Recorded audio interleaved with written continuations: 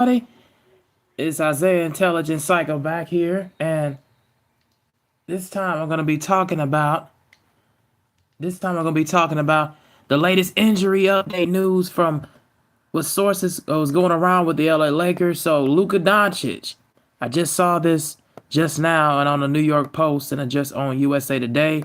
So I'm just gonna be talking to you guys about that. So Luka Doncic has a grade 2 hamstring injury, and he will be missing out on the rest of the regular season with a grade 2 hamstring injury.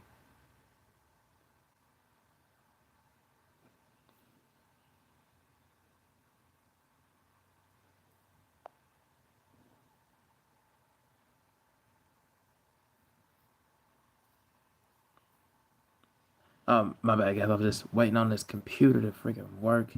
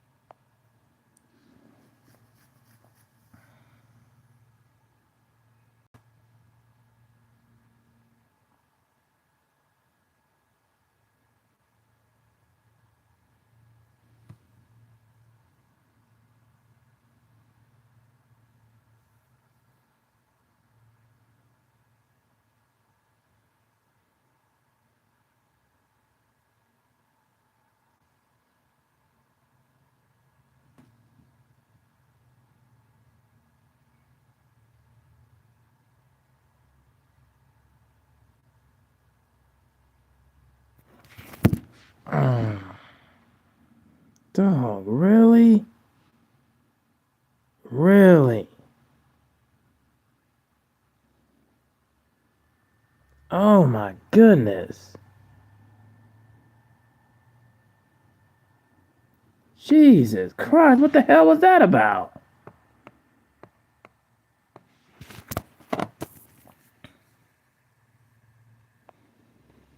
Alright, sorry guys, my computer was going a little bit slower. But yeah, like I was saying, yeah, Luka Doncic is out with the rest of the regular season with a grade 2 hamstring.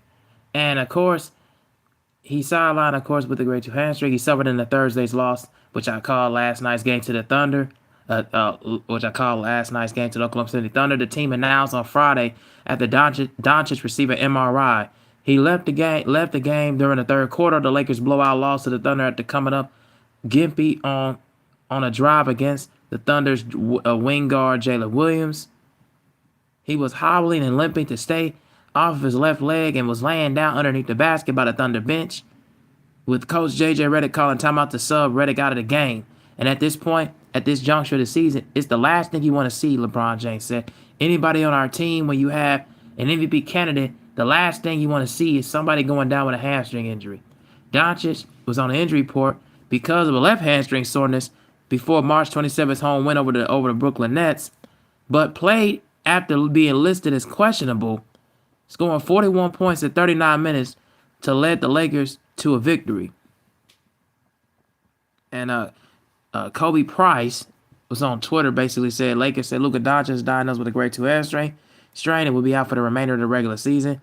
He sat out of the Monday's win over the Washington Wizards, but suffered one game suspension because of an accumulation of technical fouls and picking up his 16th of the regular season against the Nets before having 42 points in Tuesday's home win over the Cleveland Cavaliers.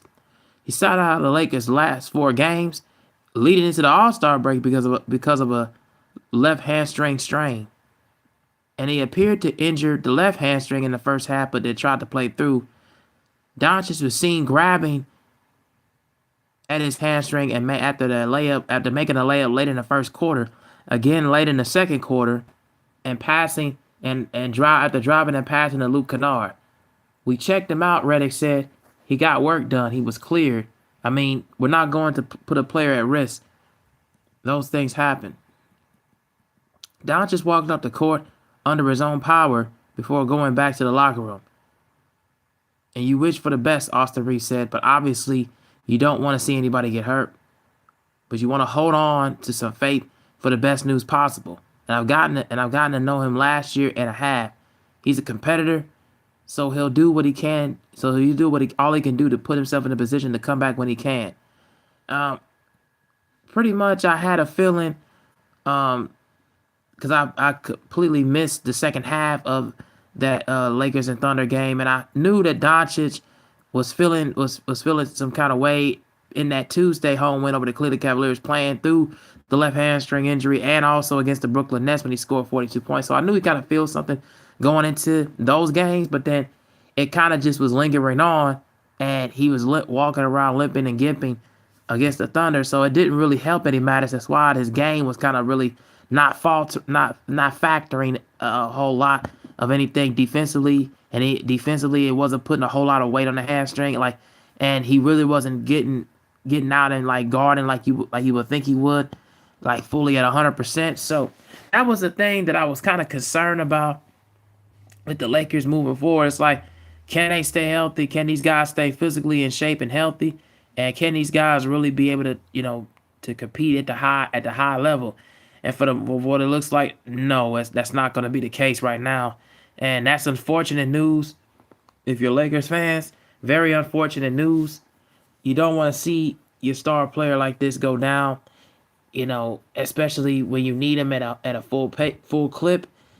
Because right now, but you're the Lakers, you're in the number 3 seed. You've been on a 11. At first, he was on like 11-game winning streak, but then pretty much end up getting snapped last night. He was pretty much on a high, and you don't want to go into the postseason not being at an all high, because you got to play people like the Minnesota Timberwolves in the first round. And again, like you did the previous year, and other teams that they had played before in the past before Luka arrived there, like the Phoenix Suns and so on and so forth, and in the Denver Nuggets, where they just completely let their foot off the gas. And you don't want to do that. You don't want to do that in this kind of postseason at this point. So, but Luka will do whatever he can, to try to continue to work on it and work on his injury and everything, rest up and, get ice and everything, get treatment done. And like I said, like they just did, like every other player does with the MRI.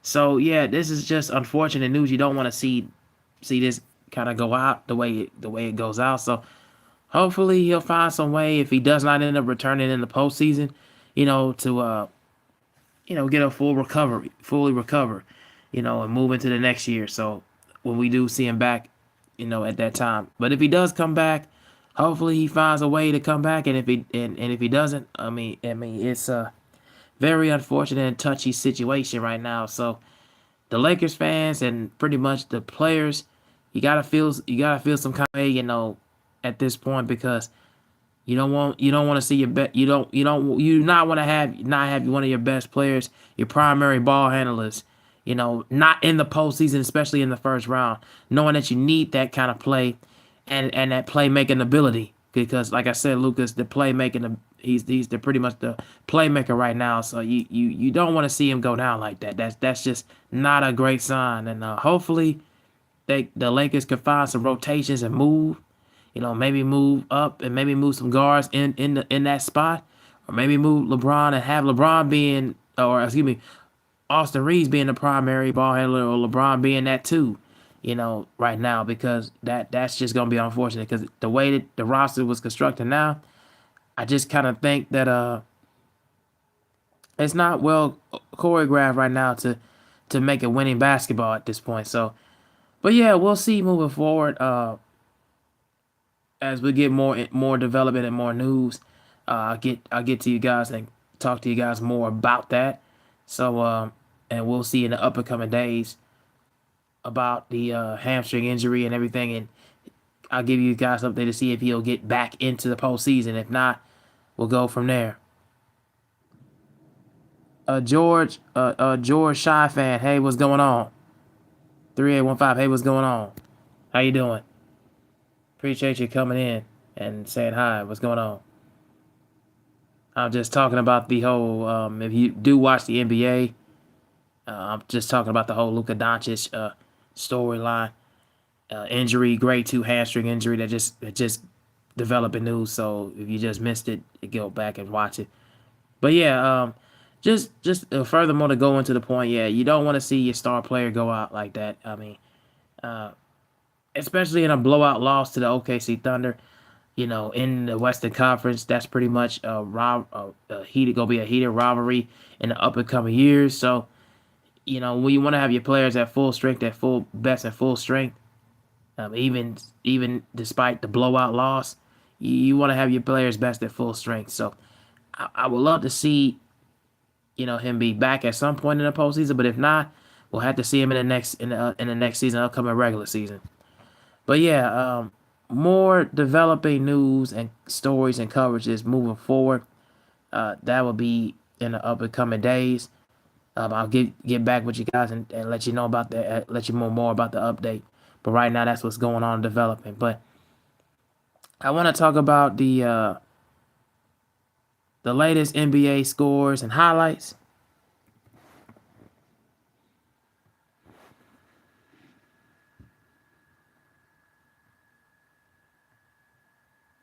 And let's talk about it. Before we get to that Lakers and Thunder game, I want to highlight the San Antonio Spurs and the Los Angeles Clippers.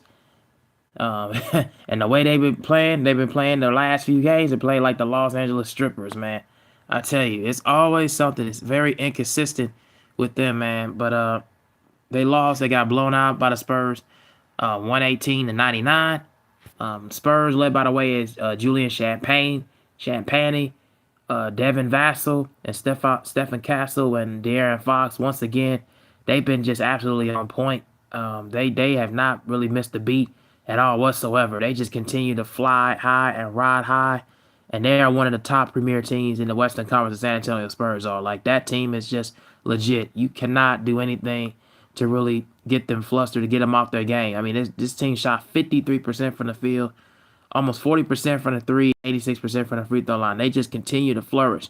Out rebounding them, uh, out rebounding them, had more fast break points, transition points. They just continue to play at an all high. I mean, the thing is about the Spurs, and I'll go more into them real.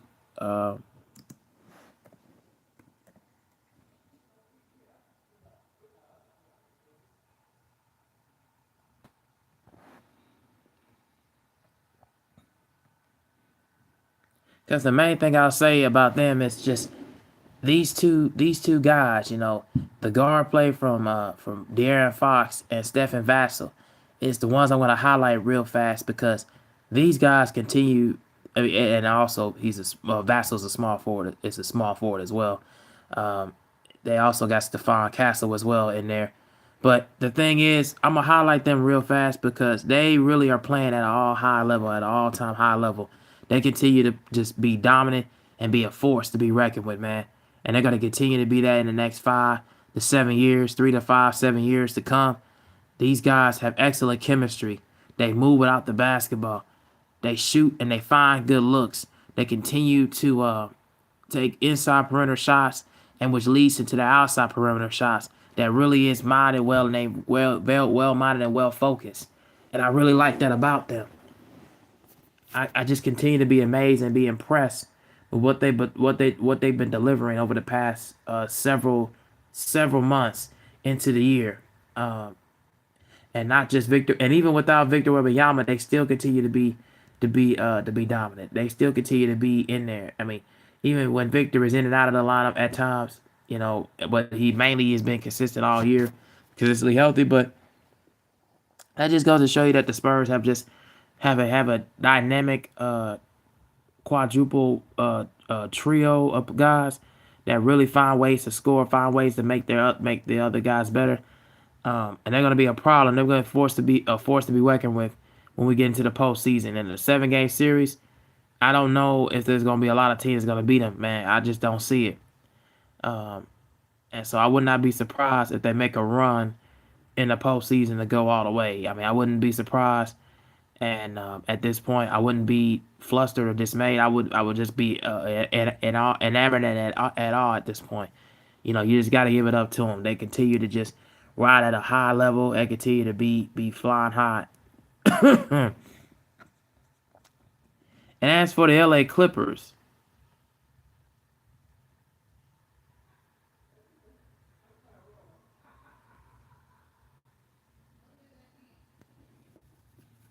and as for the LA Clippers, of course, led by Kawhi Leonard with his 24 points, John Collins with 15, and then Darius Garland followed up in the rear with 11. And he was 5 for 17 from the field. He was not that good, not that strong. That's the thing about them. I just don't find the importance of what they're doing really evolving with the team. Like I said, they've been very inconsistent all season. Like they was on a heater. They was on like a 12 or 13 game winning streak. But the problem is, I haven't really seen the consistency from them all season long, and that really plays a big problem, a big flaw, and a big issue that I have with them moving forward. So that's just a thing that I have a concern with the Clippers is they don't have that kind of fortitude. All right, the Cleveland Cavaliers and the Golden State Warriors. The Cavaliers, another team that's on a hot streak, man. Led by, of course, James Harden, Donovan Mitchell. They pretty much were ball dominant. And also, let me just highlight the return of Max Strus. Max Strus' highlight and return, he just has been a big impact for them. Unbelievable impact for them moving forward. Holy cow. He had 24 points and 6 to 10 from the three-point line. 9 for 14 from the field entirely. Evan Mobley's defense. And also Jared Allen. Jared Allen, with the amount of impact he's had, is unbelievable. It's absolutely unbelievable. You got to give it up to them, man. And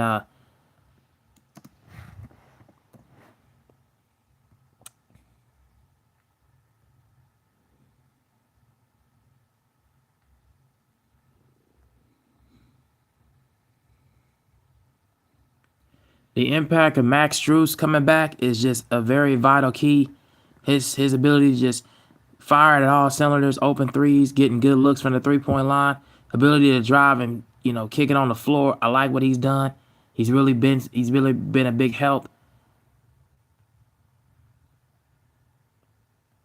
I'm gonna highlight James Harden because he's really helped this case. He wanted to go to a contending team, a team that's gonna do well and actually be a contender in the playoffs. And I think he went to the right organization to play with them. And right now with Donovan Mitchell and adding more of a spark because he's always been the primary, he's always been more of at least right now at this point, he's always been that primary point guard. Before when he got into the league, when he was with OKC, with James Harden, Russell Westbrook, and Kevin Durant, it wasn't the case. But at the end of the day, I feel like he had so much arsenal with his assists, with his points, and then his ability to find ways to get to the cup and get to the bucket. Sometimes and most of the time attacking the rim. When he has an open lane, he knows how to just find his holes and find that open lane. And I think that's very important. And then last but not least, Donovan Mitchell. Now, Donovan Mitchell has been a guy who's been up and down, has his ups and downs, ebbs and flows. He's been a guy that really, you don't know what you're going to get out of him sometimes in the postseason. He'll have games where he'll score like 25, 26 points. Then he'll have games where he'll score like just 12 and be like 4 for 15 from the field. Like it's just games that you don't know what you're going to get out of him. Just like every other player. But at the end of the day, I feel like he has a lot more arsenal to his game. And I feel like he has so much time and a way to prove if he can find a way to compete. But I don't know if he finds a way to compete to get a ring at this point. It's just a lot of things gotta have to go right in the postseason. They had a lot of things going right in the postseason even the years prior, even when they had the number 1 seed. I mean, they lost to the Pacers. It was a 4th or 5th seed, and that was a big problem. And that's when they had Darius Garland, and I just think him and Darius Garland and the rest of them other guys, and even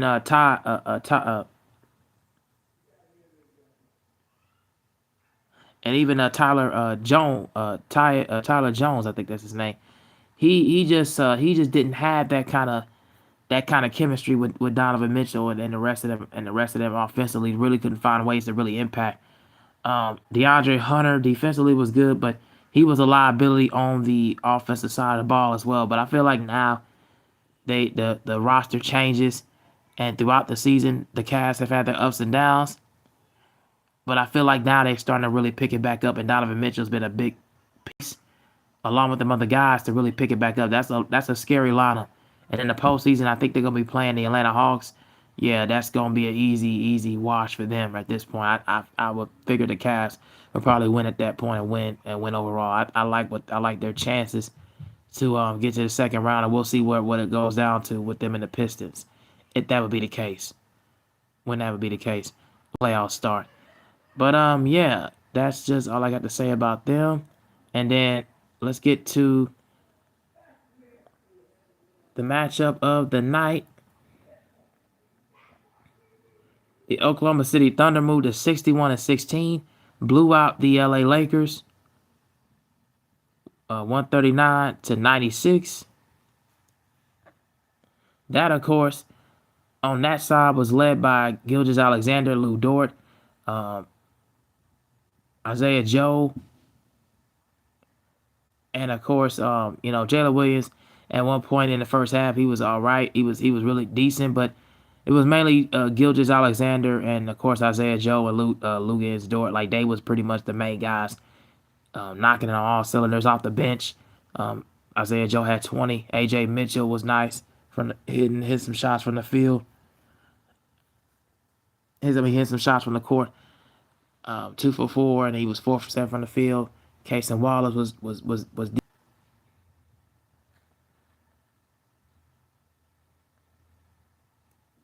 Again, the Thunder shot well from the field. They shot well inside and outside the perimeter. I like what they did.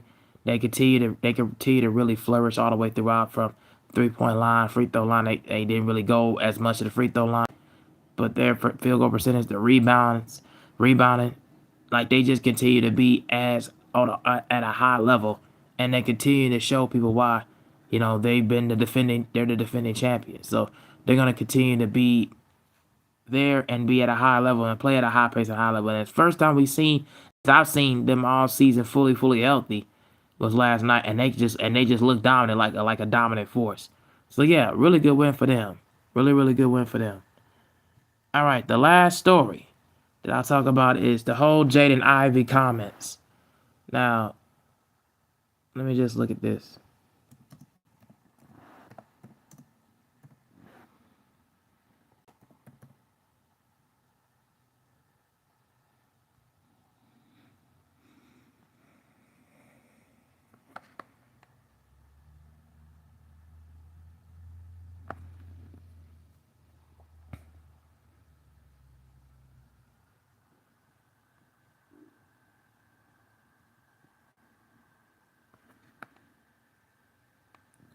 So for those of you who do not know, of course, Jaden IVEY was who used to be a star player, was one of the main players that could have been a star player for the Detroit Pistons.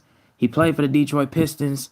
He was the guard / small forward for them, but now he's with the Chicago Bulls. He pretty much was talking about he ended up getting waived by the Chicago Bulls because he basically made comments like this: "All my preaching is about Jesus Christ, and they waived me."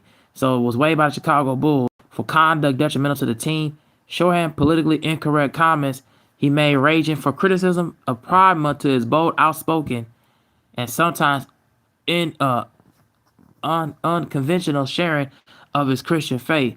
Initially drafted by the Detroit Pistons with the number 5 pick in the first round of 2022, he credits his conversion to Christianity, helping him with overcome a strong sexual addiction and otherwise reckless life. Before I came to the Lord Savior Jesus Christ, everything was with me. I acknowledged I didn't know God. I didn't know Jesus. When I came to the NBA, I was a fornicator. I was a pornography addict, and I used to get drunk. That's all I knew. After all these points, I felt good. I felt like I had everything set out for me. But IVEY, with those highs, could be temporary and artificial.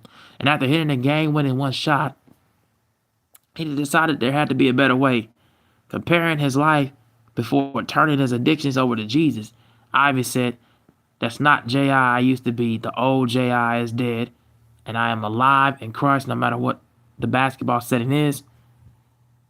And then he also said the world proclaims LGBTQ, right?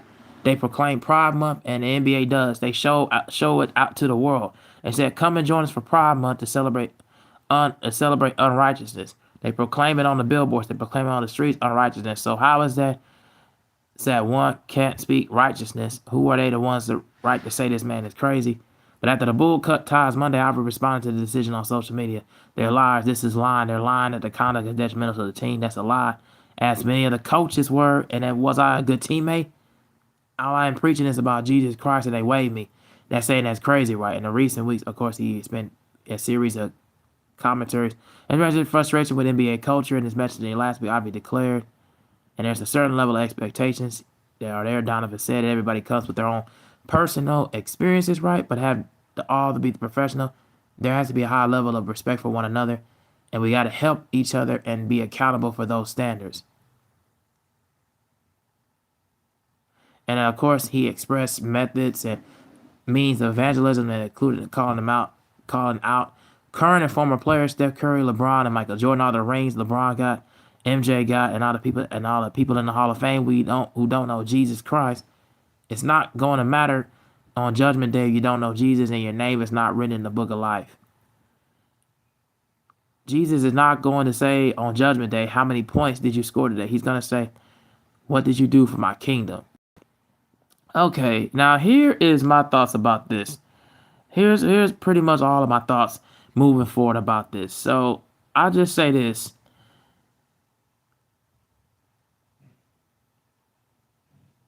I'm just reading some more stuff.